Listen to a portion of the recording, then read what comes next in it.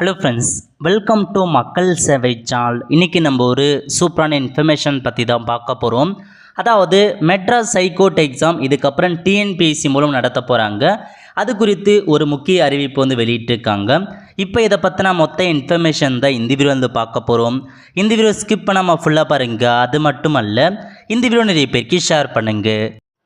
Okay, Madras ஹைகோர்ட்லேருந்து பல்வேறு வகையான பதவிகளுக்கான தேர்வை வருஷம் கண்டக்ட் பண்ணுறாங்க. இப்போதைக்கு ஒரு முக்கிய அப்டேட் கொண்டு வந்திருக்காங்க.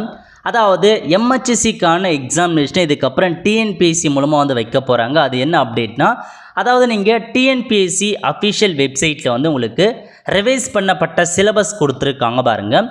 இதில் நீங்கள் அப்படியே கீழே வந்தீங்கன்னா உங்களுக்கு டிஎன்பிஎஸ்சி குரூப் 2 மற்றும் குரூப் 2A இருக்குது பாருங்கள். இதுக்கு நேராக அப்படியே கீழே வந்தீங்கன்னா ஹைகோர்ட் சர்வீசஸ்ன்னு இருக்குது பாருங்கள், ஆல் போஸ்ட்னு. இந்த ஆப்ஷன்ஸை நீங்கள் கிளிக் பண்ணினா ஸோ இந்த மாதிரி தான் உங்களுக்கான ஒரு சிலபஸை அப்டேட் பண்ணியிருக்காங்க. மெட்ராஸ் ஹைகோர்ட்லேருந்து டிஎன்பிஎஸ்சி வெப்சைட்டில் அப்டேட் பண்ணியிருக்காங்க. என்ன இப்போ அதை பற்றி நம்ம பார்க்கலாம். ஓகே, அதாவது எந்த பதவிக்குன்னா for the post of personal assistant கொடுத்துருக்காங்க. ஹானரபிள் ஜட்ஜஸுக்கு பர்சனல் அசிஸ்டன்ட் கேட்குறாங்க.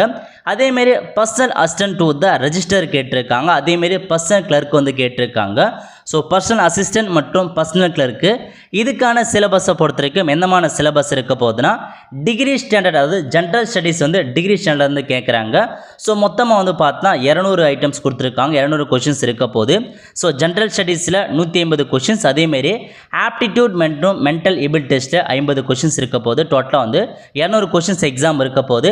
இது இல்லாமல் ஓரல் டெஸ்ட் 40 மதிப்பெண், டோட்டலாக 140 மதிப்பெண்களுக்கு உங்களுக்கான மொத்த மார்க் இருக்க போது அது தான் குவாலிஃபை பண்ணுறாங்க. ஓகே, ஸோ இது பார்த்தா இதுக்கான சிலபஸாக கொடுத்துருக்காங்க. பர்சனல் அசிஸ்டன்ட் மற்றும் பர்சனல் கிளர்க்கை பொறுத்த வரைக்கும் டிகிரி முடித்தவங்க அப்ளை பண்ணிக்கலாம். ஸோ இப்போதைக்கு இந்த பர்சனல் கிளர்க் மற்றும் பர்சனல் அசிஸ்டண்ட்டை பொறுத்த வரைக்கும் உங்களுக்கு டிஎன்பிஎஸ்சி குரூப் 2 நோட்டிஃபிகேஷனில் வரதுக்கான அதிகபட்ச வாய்ப்புகள் இருக்குது. ஏன்னா அதுக்கு கீழே தான் இந்த சிலபஸ் மென்ஷன் பண்ணியிருக்காங்க. ஓகே, ஸோ அது மட்டும் இல்லாமல் for the post of computer operator, typist, reader, examiner, cashier மற்றும் ஜெராக்ஸ் ஆப்ரேட்டர். ஸோ இது எல்லாம் இந்த பதவி எல்லாமே பார்த்தா டிகிரி ஸ்டாண்டர்டில் உங்களுக்கான கொஷின்ஸ் கேட்க போகிறாங்க. கல்வி தேதியை பொறுத்த வரைக்கும் டிகிரி முடிச்சிருக்காங்க பாருங்கள், அவங்க தான் இந்த பதவிக்கு அப்ளை பண்ண முடியும்.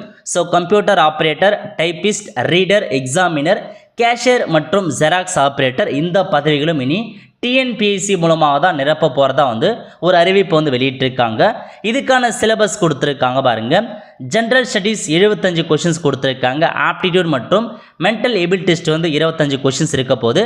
அதேமாரி ஜிடிஜி ஒரு 100 கொஷின்ஸ் கேட்குறாங்க. டோட்டலாக 200 மதிப்பெண்களுக்கு உங்களுக்கான எக்ஸாம் இருக்க போது. இது பேப்பர் 1 கொடுத்துருக்காங்க. பேப்பர் 2 பொறுத்த வரைக்கும் ஒன்லி கம்ப்யூட்டர் ஆப்ரேட்டராக இருக்கீங்க அந்த பதவிக்கு மட்டும் டிப்ளமோ ஸ்டாண்டர்டில் 100 மதிப்பெண்களுக்கு எக்ஸாமினேஷன்ஸ் வைக்கிறாங்க.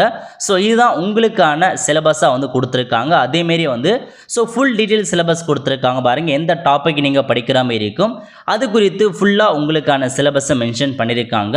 ஸோ இதுக்கு முன்னாடி பார்த்தது எக்ஸாமுக்கான பேட்டர்ன் கொடுத்துருந்தாங்க. இப்போ நீங்கள் பார்க்குறது எக்ஸாமுக்கான சிலபஸ் ஃபுல்லாக மென்ஷன் பண்ணியிருக்காங்க. ஓகே, ஸோ இதான் உங்களுக்கான ஒரு புதிய அறிவிப்பாக வெளியிட்டிருக்காங்க.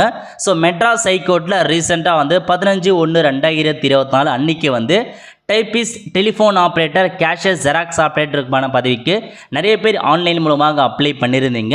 அதுக்கான எக்ஸாமினேஷன்ஸ் விரைவில் வைக்க போகிறாங்க. ஸோ இதோட கடைசியாக இந்த பதவிக்கு எம்ஹெச்எஸ்லேருந்து உங்களுக்கான எக்ஸாம் நடத்த போகிறாங்க. பட் இதுக்கப்புறம் வரும் இந்த எல்லா பதவியுமே டிஎன்பிஎஸ்சி மூலமாக தான் நிரப்ப போகிறாங்க. கம்ப்யூட்டர் ஆப்ரேட்டராக இருக்கட்டும், டைப்பிஸ்டாக இருக்கட்டும், ரீடர், எக்ஸாமினர், கேஷியர் மற்றும் ஜெராக்ஸ் ஆப்ரேட்டர், அது மட்டும் இல்லாமல் பர்சனல் அசிஸ்டன்ட் மற்றும் பர்சனல் கிளர்க்கு இந்த எல்லா பதவிக்குமே டிஎன்பிஎஸ்சி மூலமாக தான் எக்ஸாமினேஷன்ஸ் வரப்போகுது. அது அதிகபட்சமாக டிஎன்பிஎஸ்சி குரூப் 2 மற்றும் 2A சர்வீசஸில் இருக்க பாருங்கள்.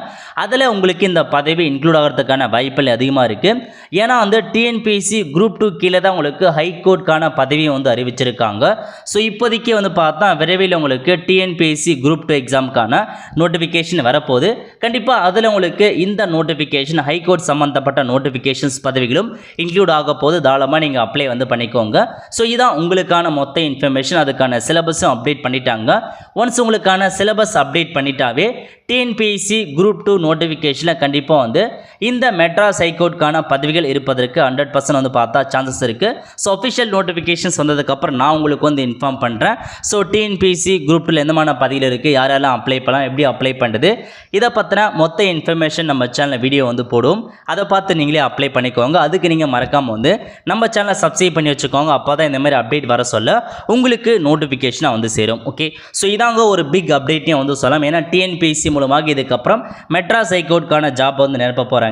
இல்லை முக்கியமான இன்ஃபர்மேஷன், எம்ஹெச்சிலே வந்து பார்த்தா டிரைவருக்கான பதவிகள் இருக்கும். டிரைவர், ஆஃபீஸ் அசிஸ்டன்ட், அது மட்டும் இல்லாமல் அந்த சீனியர் பேலிஃப், ஜூனியர் பேலிஃப், அந்த மாதிரி பதவிகள் வந்து பார்த்தா டிஎன்பிஎஸ்சி மூலமாக நிரப்ப மாட்டாங்க. ஏன்னா டிஎன்பிஎஸ்சியை பொறுத்த வரைக்கும் 10th மேலே இருக்க பதவிகளுக்கு மட்டும்தான் டிஎன்பிஎஸ்சி மூலமாக நிரப்புவாங்க. So 9th qualification, 8th qualification, 5th qualification இருக்க பதவி எல்லாமே மெட்ராஸ் ஹைகோர்ட்டில் எப்படி இருக்குமோ அசிஸ்டல் அதேமாரி மெட்ராஸ் ஹைகோர்ட் மூலமாக நிரப்புவாங்க. ஆஃபீஸ் அசிஸ்டன்ட் பதவி, டிரைவர், அந்த மாதிரி பதவிகள் ஸோ மெட்ராஸ் ஹைகோர்ட் மூலமாக தான் நிரப்புவாங்க. ஸோ டிகிரி ஸ்டாண்டில் இருக்க பதவிகள் மட்டும்தான் டிஎன்பிஎஸ்சி மூலமாக வந்து நிரப்ப போகிறாங்க. ஆல் த ஃப்ரெண்ட்ஸ், கண்டிப்பாக இந்த பிடிச்ச லைக் பண்ணுங்கள். அது மட்டும் அல்ல, இந்த வீடியோ நிறைய பேருக்கு ஷேர் பண்ணுங்கள். அடுத்து ஒரு நல்ல சந்திப்போம். நன்றி, வணக்கம்.